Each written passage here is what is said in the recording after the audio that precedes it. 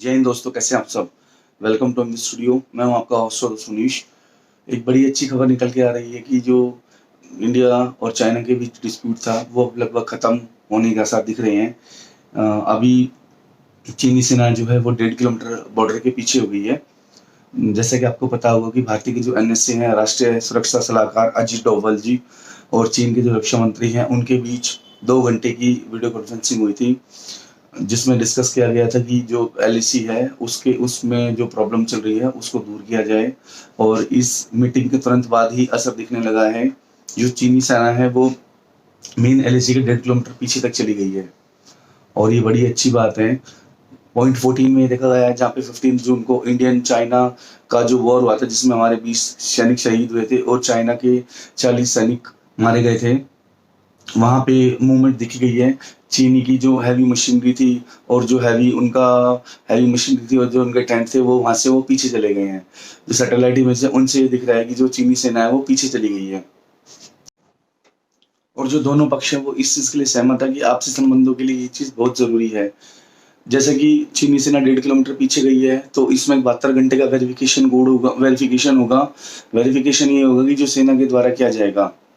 That means अगर चीनी सेना 1.5 किलोमीटर पीछे गई है तो 72 घंटे के बाद भारतीय सेना ये वेरीफाई करेगी, फिजिकली वेरीफाई करेगी जाकर कि जो चीनी सेना है वो बॉर्डर के 2 किलोमीटर 1.5 किलोमीटर पीछे चली गई है।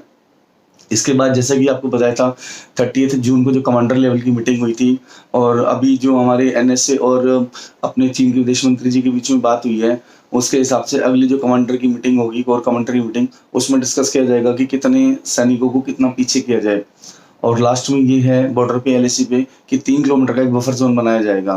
3 किलोमीटर के बफर जोन का मतलब है कि उस 3 किलोमीटर के इंडिया के 3 किलोमीटर की एलएसी और चाइना की 3 किलोमीटर की एलएसी के अलावा भारतीय सैनिक और चीनी सैनिक गश्त कर सकेंगे। बट जो बफर जोन है वहाँ पर कोई भी नहीं आएगा, उस चीज़ को बफर रखा जाएगा। दैट मीन्स उस एलएसी के 3 किलोमीटर के अंदर इस तरफ और 3 किलोमीटर चाइना की उस तरफ कोई भी जो सैनिक है वो वहाँ पर नहीं कर सकेगा, ताकि भविष्य में इस प्रकार की कोई दिक्कत ना आए। इसके अलावा जो भारतीय सेना है वो पूरी तरह सतर्क है और बॉर्डर पर मुस्तैदी होकर अपनी ड्यूटी कर रही है, ताकि चीनी का तो कोई भरोसा नहीं है, उनकी डरपोक सेना है, तो भारतीय पूरी तरह सतर्क है। और आगे देखते हैं कि बॉर्डर पे जो भी कोई अपडेट होगा वो मैं आपको देता रहूंगा। अगली जो खबर है वो ये निकल के आ रही कि भारतीय सेना ने अपनी जो 2 ब्रिगेड हैं उनको बॉर्डर पर तैनात कर दिया गया है। इसके साथ जो भारत की टोटल जो सैनिक है वो 30,000 सैनिक पहुंच गए हैं। इसके अलावा जो 2 ब्रिगेड तैनात की गई है वो हिमाचल, पंजाब और हरियाणा से तैनात की गई है, ताकि बॉर्डर पर किसी भी तरह की प्रॉब्लम ना आए और भारतीय जो सेना है वो मुस्तैदी के साथ अपनी ड्यूटी करती रहे। इसके अलावा ये भी खबरें हैं कि जो पाकिस्तान में सर्जिकल स्ट्राइक की थी उसमें जो हमारे पैराट्रूपर्स थे उनकी भी कुछ टुकड़ियां बॉर्डर पर तैनात की गई हैं, ताकि चीनी सैनिकों को मुंहतोड़ दबाव दिया जा सके। इसके अलावा अगली खबर ये है कि जो भारतीय सैनिक हैं उनको वाटरप्रूफ टेंट दिए जाएंगे। ये जो टेंट है ये भारतीय कंपनियों से या यूरोपियन कंपनियों से खरीदे जाएंगे।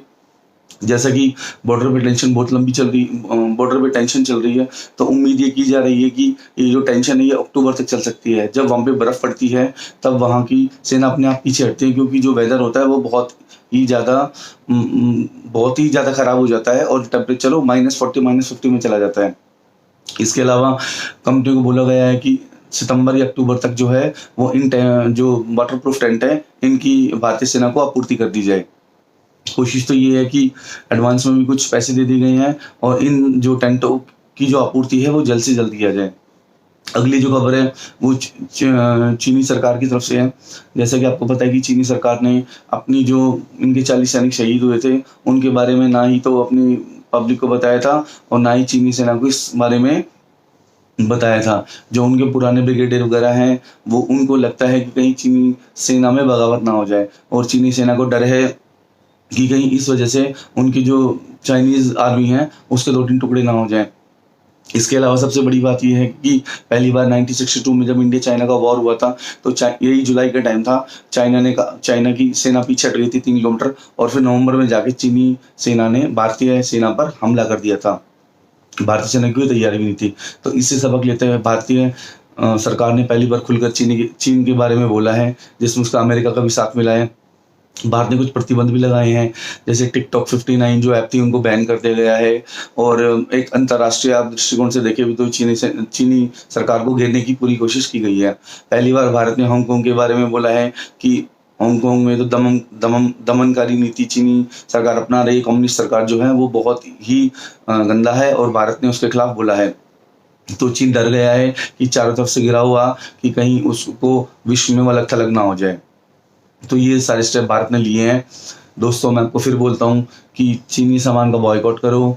इसके अलावा जो खबर आ रही है, जैसे कि जो दिल्ली में इलेक्ट्रिकल मार्केट है, जो कानपुर में इलेक्ट्रिकल मार्केट है, दिल्ली की जो भागीरथ प्लेस मार्केट है, उन्होंने साफ साफ कह दिया कि हम किसी भी प्रकार का चीनी सामान नहीं लेंगे। हालांकि जो सामान है उसको निकालने में 5-6 महीने लगेंगे, बट उसके बाद जो इंडियन मार्केट है सिर्फ उन्हीं का सामान लिया जाएगा। तो आप सबसे यही रिक्वेस्ट है कि इंडियन मेक इन इंडिया का ही सामान लीजिए, चाइनीज सामान अवॉइड कीजिए, चाहे वो क्रॉकरीज हो, ग्रोसरी आइटम्स हो, किचन आइटम्स हो, इलेक्ट्रिक आइटम्स हो, सारी चीज़ इंडियन लीजिए, चाइनीज आइटम कोई भी मत लीजिए।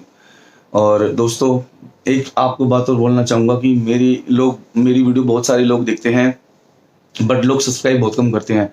आपका प्यार मुझे मोटिवेट करता है, तो मैंने जो भी मेरी वीडियो देखते हैं उनसे रिक्वेस्ट है कि मेरे चैनल को सब्सक्राइब कीजिए।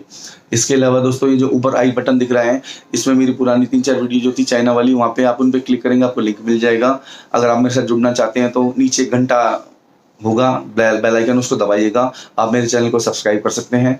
इसके अलावा अगर आप मेरे साथ ट्विटर पे, फेसबुक पे, इंस्टाग्राम पे जुड़ना चाहते हैं, नीचे लिंक दिए हुए हैं, वहाँ पे मेरे साथ जुड़िए, कभी इंस्टाग्राम पे लाइव मिलेंगे।